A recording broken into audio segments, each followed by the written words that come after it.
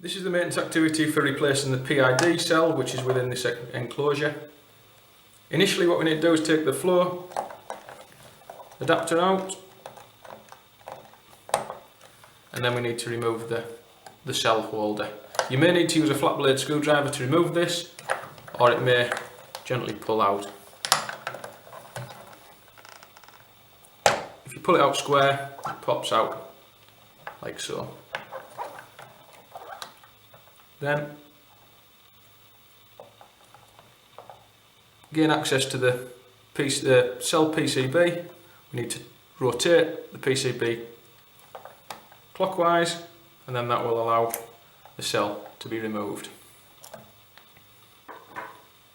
Then the cell, this is the PID cell, then this can be again removed from the PCB. And there you go, you've removed the PID cell, and now you put the replacement in.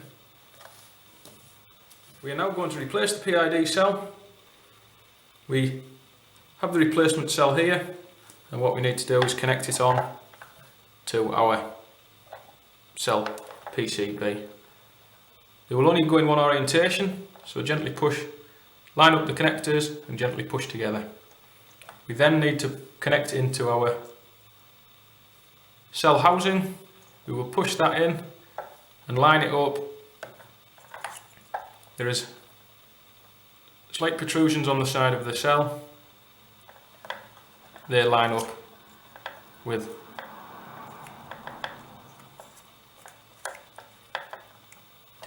the gaps in the side of the cell holder. You'll push that fully home and twist it anti-clockwise to lock it in place.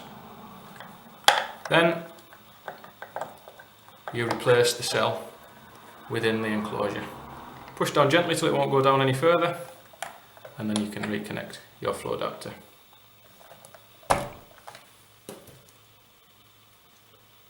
And as with all cells, we require calibration at the end of each cell replacement.